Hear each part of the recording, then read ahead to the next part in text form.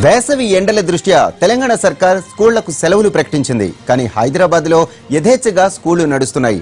ముఖ్యమంత్రి కేసీఆర్ ఆదేశాలతో ప్రభుత్వ ఎయిడెడ్ ప్రైవేట్ పాఠశాలలకు ఇవాటి నుంచి వేసవి సెలవులు ఇవ్వాలని ఉత్తర్వులు జారీ చేసింది విద్యాశాఖ.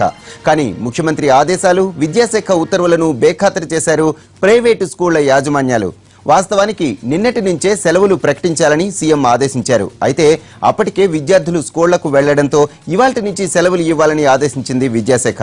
అయినా సరే ప్రైవేట్ స్కూల్ యాజమాన్యాలు పట్టించుకోలేదు. ఇవాళ స్కూళ్లను యథావిధిగా తెరిచాయి, తరగతుల్ని నిర్వహించాయి.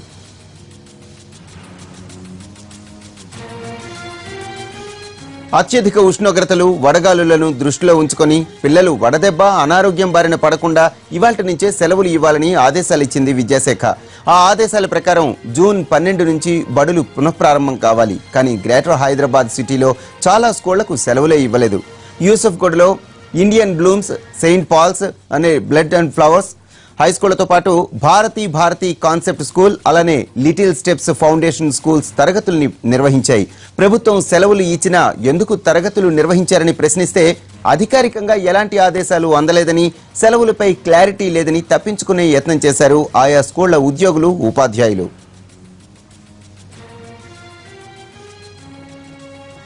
మాకు నిన్న మెసేజ్ ఆఫ్టర్నూన్ 2 o'clock వచ్చింది. By that time all the students left the school, so we cannot inform immediately. Today now we are going to close the school with certain instructions to the students. That's all.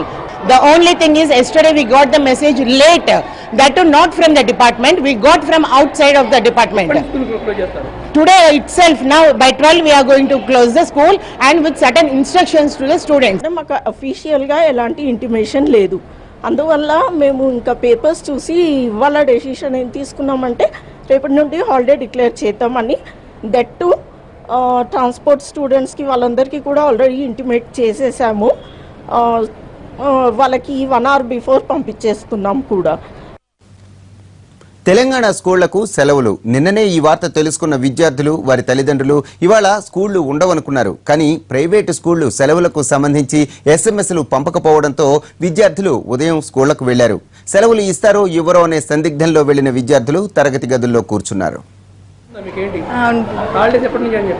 చెప్పలే. ఎందుకంటే ఏమంటున్నారు అంటే school holidays అని చెప్పలేదు. చెప్పలే ఇంకా. అంటే ఎప్పుడు దాకా నడుచుతారు స్కూల్ అంటే ఎట్లా? అప్ టు 3 days కలిసి హాలిడే. మాకు హాలిడేస్ హోంవర్క్ ఇచ్చారు. ఎప్పటి నుంచి హాలిడేస్? ఎప్పటి నుంచా? 24th. ఈరోజు వచ్చావు క్లాస్కి వచ్చావు? ఎన్ని గంటలకు వచ్చావు? నేను మార్నింగ్ 7:45 వచ్చాను. హాలిడేస్ ఇవ్వలేదు ఈరోజు? సమ్మర్ హాలిడేస్ అని చెప్పలేదా? చెప్పినారు. ఎప్పుడు? 23rd. ఈరోజు స్కూల్ ఉందా? ఉంది. రేపు ఉంది. మరి ఏమంటారు అంటే స్కూల్ హాలిడేస్ అని చెప్పారు కదా ప్రభుత్వం మీకు? ఏం చెప్పారు. మరి హాలిడేస్ లేదా ఇప్పుడు ఈరోజు? క్లాసులు నడుస్తున్నాయి. హైదరాబాద్ ప్రజల దాహార్తి తీర్చేందుకు జలమండలి నిర్మించిన 4 రిజర్వాయర్లను తెలంగాణ ఐటీ మున్సిపల్ శాఖ మంత్రి కేటీఆర్ ప్రారంభించారు. గ్రేటర్ పరిధిలోని 10 మున్సిపల్ సర్కిళ్లలో 1900 కోట్ల వ్యయంతో మొత్తం 56 రిజర్వాయర్లను నిర్మించాలని వాటర్ బోర్డు లక్ష్యంగా పెట్టుకుంది. అందులో భాగంగా తొలి దశలో 12 రిజర్వాయర్ల నిర్మాణం పూర్తి చేసింది. ఈ రిజర్వాయర్ల ద్వారా 30,000 పేదల కుటుంబాలకు ₹1కే నల్లా కలెక్షన్ మంజూరు చేయనుంది.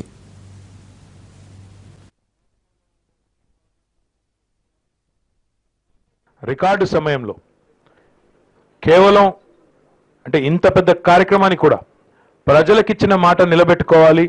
ముఖ్యమంత్రి గారు ఏ మాట అయితే చెప్పారో దాన్ని అమలు చేస్తూ పెట్టాలనే కమిట్మెంట్తో హెచ్ఎండబ్ల్యూఎస్ ఏదైతే వర్క్ చేసిందో దాని ఫలితంగా ఈరోజు 11 నెలల ముందే రికార్డు సమయంలో ఈ రిజర్వాయర్ల నిర్మాణం పూర్తయింది. అందులో మొదటి విడతగా ఈరోజు ఒక 5 రిజర్వాయర్లని ప్రారంభించుకుంటా ఉన్నాం. రాబోయే మే నెల కల్లా, మే 2017 కల్లా మొత్తం 46 రిజర్వాయర్స్ పూర్తవుతాయి. అదే రకంగా ఆగస్ట్ సెప్టెంబర్ కల్లా మొత్తం 56 రిజర్వాయర్స్ కూడా పూర్తవుతాయి.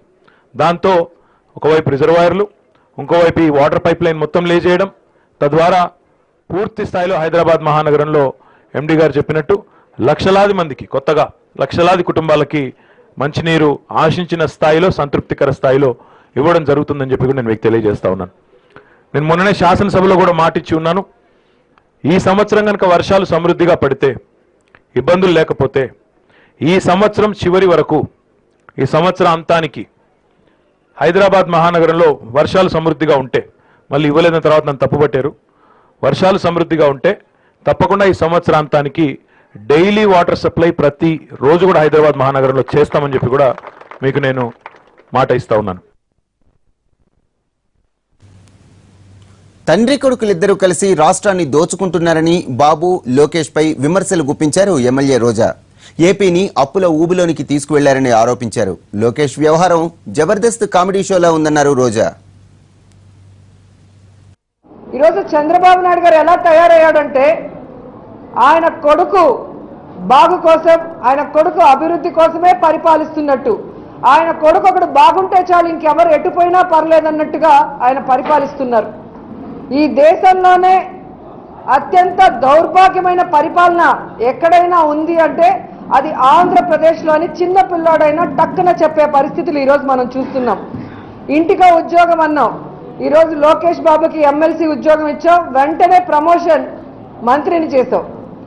అలాగే ప్రతి పేదవాడికి ఒక ఇల్లు కట్టిస్తానన్నావు కానీ 3 ఏళ్లలో ఒక పేదవాడికి కట్టలేదు. కానీ నువ్వు నీ కొడుకు మాత్రం పక్క రాష్ట్రాల్లో కోట్లాది రూపాయలతో ఇంద్రభవనం కట్టుకున్నాం.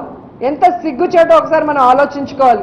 ఈ రాష్ట్రాన్ని తండ్రి కొడుకులు ఇద్దరు వాటాలేసి దోచుకొని ఈ రాష్ట్రాన్ని 2 లక్షల కోట్ల అప్పుల ఊబిలోకి నెట్టేసింది నిజం కాదా నేను అడుగుతున్నాను. ఇక లోకేష్ గారి గురించి చెప్పుకోవాలి అంటే మా జబర్దస్త్ కామెడీ షో కూడా సరిపోదని చాలా మంది నా దగ్గరే మాట్లాడుతున్నారు. ఆయన మొన్న చెప్పారు పంచాయతీరాజ్గా ఎందుకు మీరు మా మంత్రి కావాలని కోరుకున్నారంటే, మరి ఏ విధంగా తాగునీరు సమస్యను సృష్టించడానికే నేను మంత్రి అయ్యాను, అందుకే పంచాయతీరాజ్ కావాలని మా నాన్న దగ్గర అడిగాను అని చెప్పాడు. అంటే నిజంగా ఫ్లోలో చెప్పినా కూడా ఆయన మనసులో మాట చెప్పాడు అనేది మనం అందరం తెలుసుకోవాలి.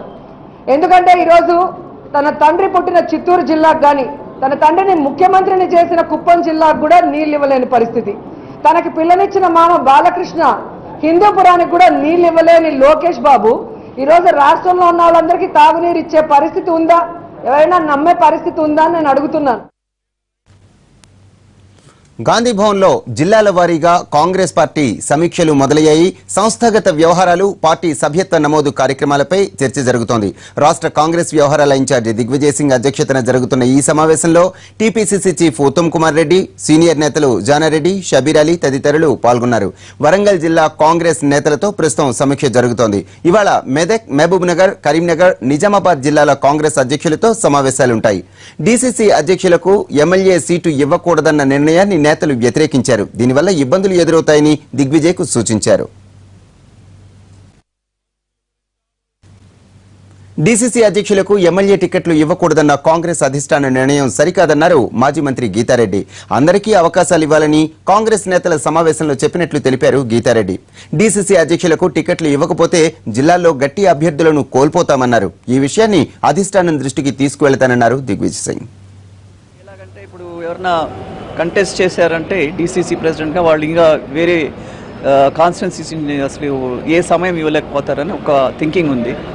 కానీ మేమేం గుర్తు చేస్తామంటే ఒకప్పుడు డీసీసీ ప్రెసిడెంట్కి తప్పకుండా సీట్ ఇవ్వాలి. ఇంకా ఈయన డీసీసీ ప్రెసిడెంట్ చేసినాక ఈయనకి సీట్ వచ్చింది ఎమ్మెల్యేగా మన సురేష్ షెట్కర్ గారికి. ఆ విధంగా చాలామందికి వచ్చింది. డీసీసీ ప్రెసిడెంట్ కానీ యూత్ కాంగ్రెస్ ప్రెసిడెంట్స్ కానీ తప్పనిసరిగా ఇవ్వాలని ఆ రోజుల్లో అలా ఉండేది.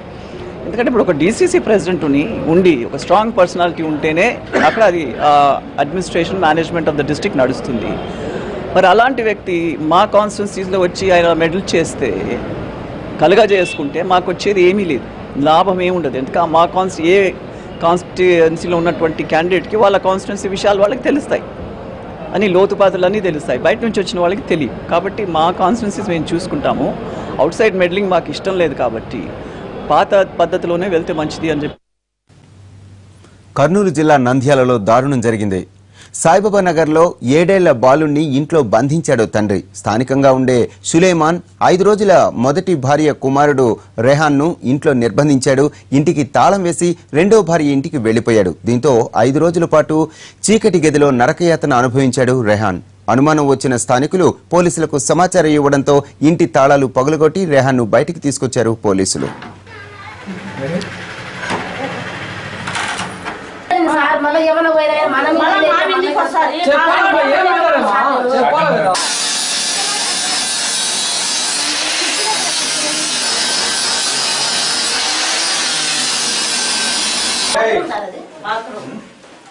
ఆ నుంచి ఆ మూల కన్నా